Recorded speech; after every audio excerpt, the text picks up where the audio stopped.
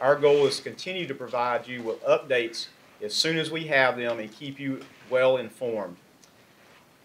We must always start when we think about this incident that has happened by thanking our first responders, such as the Georgia State Patrol and Atlanta PD. We actually have Colonel Mark McDonough here with us from the Department of Public Safety today. Thanks to him, Chief Shields from the APD, and of course Fire Marshal Baker from the City of Atlanta Fire Department for their work in this catastrophic event. Obviously, their efforts have saved lives and made sure nobody was injured. And again, that is the top priority for us, and we are so grateful and thankful for their work. Their heroism has been quite astounding, and it's what they do each and every day. But in this incident, we're certainly very grateful and thankful. I also like to thank our partners that have been along with us the whole way, starting with our leadership from the governor. With Governor Deal's press conference yesterday, you can see the tremendous support he has, not only for the department and the other state agencies, but for the support of the citizens of Georgia to do all he can to do the very best for the citizens of Georgia. We certainly have to thank Secretary Chow from the U.S. Department of Transportation of her support of Georgia as well. And that, along with the Federal Highway Administration, as well as the Georgia Regional Transportation Authority and MARTA. And of course, our State Transportation Board, which supports us here at the Department of Transportation. Their support has been unreal, and we're certainly grateful for that, as well as the support of the citizens. The patience of the citizens traveling on the interstates and the roadways of Georgia has been unparalleled thus far.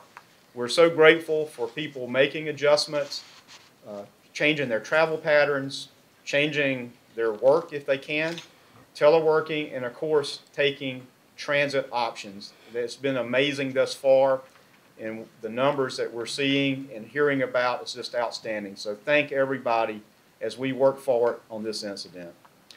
So our goal today again is to bring you up to speed with what we know, what to expect now, and what you can expect in the future.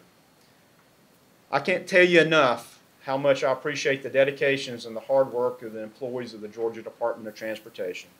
They've been working around the clock since this broke on Thursday night. And today I signed the necessary documentation that Georgia Department of Transportation will become a party to and fully participate with the NTSB investigation of this incident.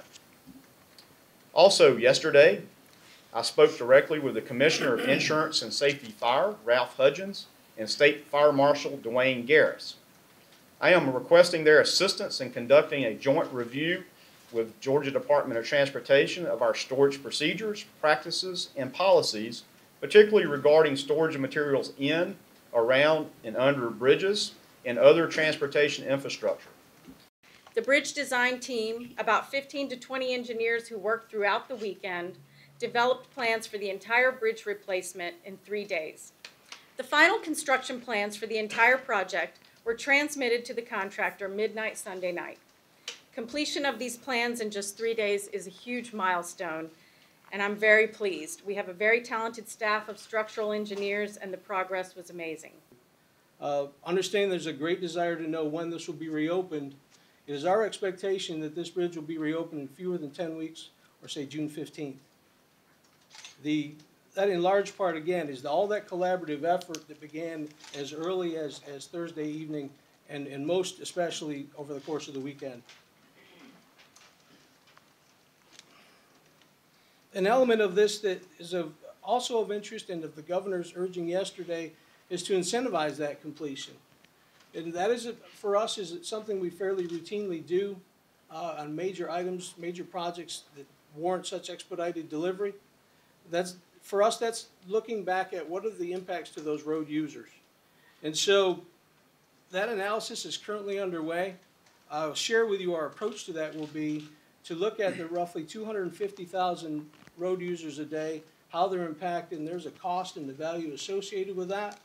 And what we'll then do is turn and look at what we think is an aggressive but achievable completion date to do that work inside of that mid-June date and reward the contractor for doing so.